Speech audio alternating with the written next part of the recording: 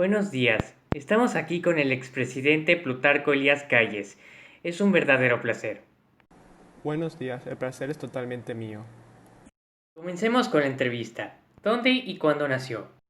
Nací en la ciudad de Guaymas, en el estado de Sonora, el 25 de septiembre de 1877. Muy interesante.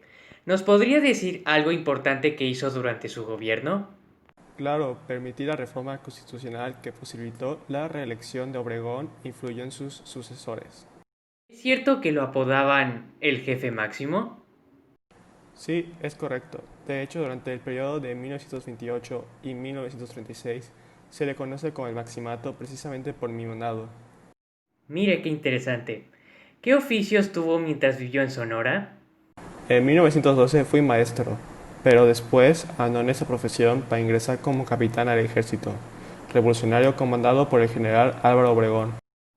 ¿Y usted, cuándo fue que obtuvo el puesto de gobernador en Sonora? Eso fue en 1915, cuando Venustiano Carranza me nombró gobernador. Para mí fue una excelente escuela política, Bien. ¿Y después de esto, qué más sucedió en su vida? pues fui ascendido poco a poco hasta que llegué a ser presidente de la República durante los años 1924 y 1928. ¿En qué se caracterizó su presidencia precisamente? En la consolidación de la reforma agraria, la extensión de la enseñanza, construcción de obras públicas, organización del ejército y política anticlerical que enfrentaba abiertamente a la Iglesia Católica. Todo esto ha sido muy interesante, pero desafortunadamente se nos ha terminado el tiempo.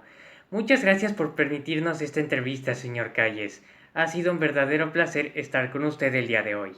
Al contrario, muchas gracias a ustedes por haberme invitado.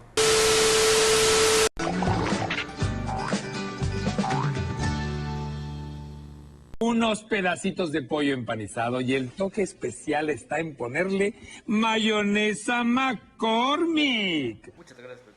Y recuerda, es mejor comprar mayonesa McCormick porque McCormick es... Gracias.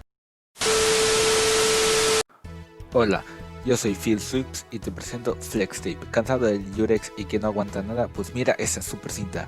Esto lo vas a poder utilizar por las filtraciones que pueden haber por las inundaciones que tiene este actual 2020. Tú nada más mira cómo tapa todo esto. Ve cómo el lavabo se descompuso, no hay problema. Tú pones la cinta y todo se arregla. Ve cómo podemos hacer todo esto de una forma muy sencilla. Ve cómo esto tapamos la alcantarilla. No, y esta cinta no solo aguanta el agua, igual aguanta estar dentro del agua.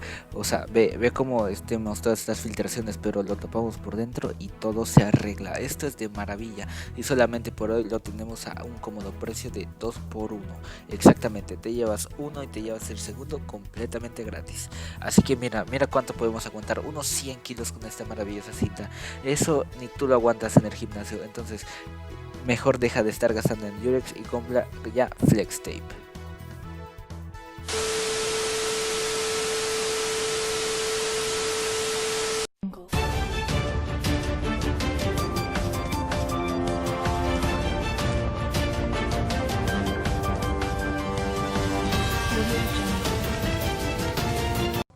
Buenos días, señor. Es un honor tenerlo con nosotros y de antemano le agradezco su presencia.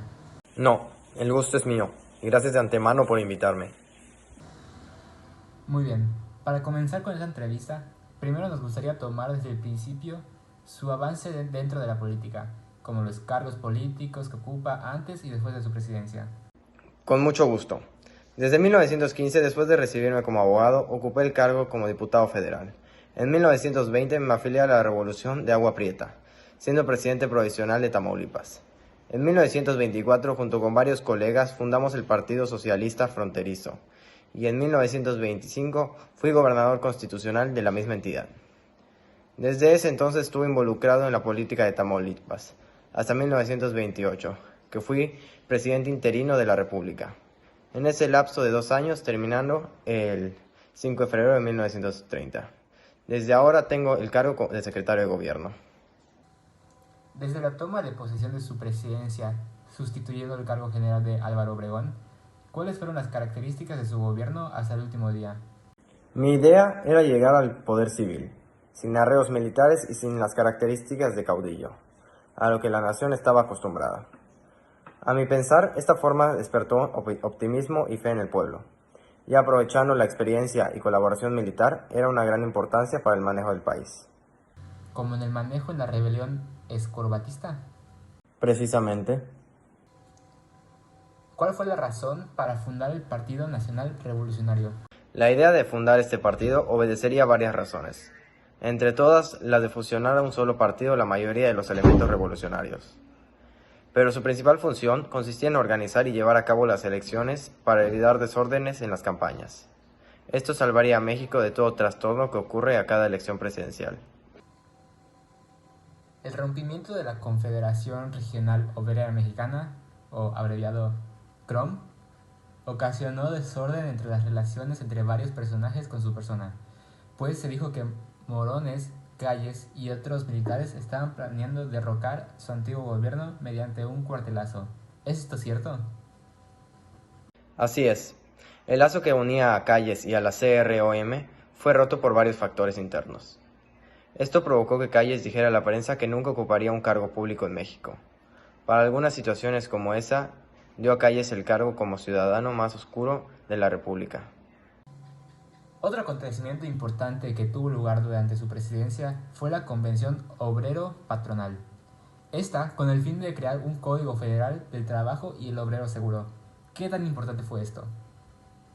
El propósito de iniciar por primera vez en México un ensayo de democracia funcional llevó a mejor comprensión, dando mejoramiento económico a las clases que respaldaban los trabajadores y patronos. Su vigencia en 1931 cumple una serie de demandas como la duración de la jornada de trabajo y el pago del salario. ¿Qué tan nociva fue la rebelión escorbatista para su gobierno?